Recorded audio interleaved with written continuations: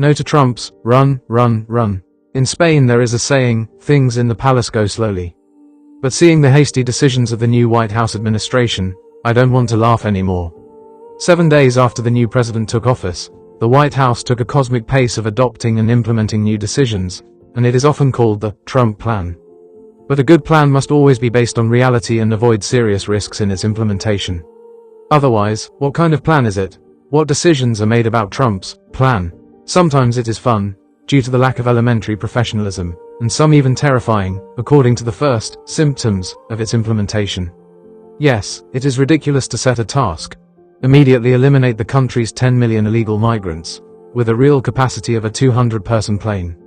And it is not funny when, almost in parallel with these statements, reality demonstrates the preparation of the air transport sector to implement such a plan.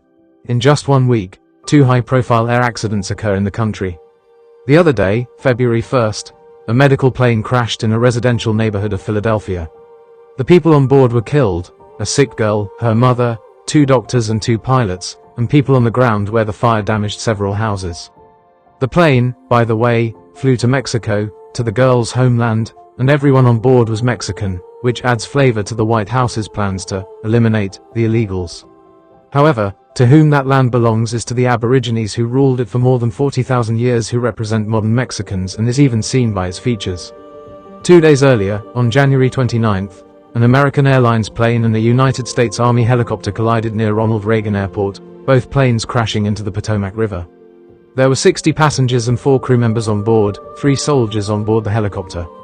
There are no survivors, and this is the deadliest plane crash in the United States since 2009. Donald Trump was hurried to blame former US Presidents Barack Obama and Joe Biden for both tragedies of the administration, specifically, for hiring unqualified personnel. And how does Trump himself plan to fix the situation? Well, somehow it's not funny at all, because the military helicopters are in the department of the Minister of Defense, whom Trump himself named just before the accidents. An ordinary journalist, completely far from the world of military management, and on top of that, an alcoholic and a lover of hot sexual adventures. Any decision is returned by a boomerang. And now I'm not about the newly elected President of the United States, but about those who gave him the power to make unprofessional and absurd decisions, voting for him. Who was on board a civilian plane that collided with a military plane? The pride of the nation and human civilization as a whole. World figure skating champions and their students, future sports stars. That is, due to the unprofessional decisions of the American leadership, the world has suffered such terrible human sacrifices, multiplied by the losses of the highest quality genetic collection. But no, people prefer not to think about causes and effects. And as a result, frozen by a sense of permissiveness, the new President of the United States decides to protect the United States. Covering it with an iron comb. Well, like in Israel.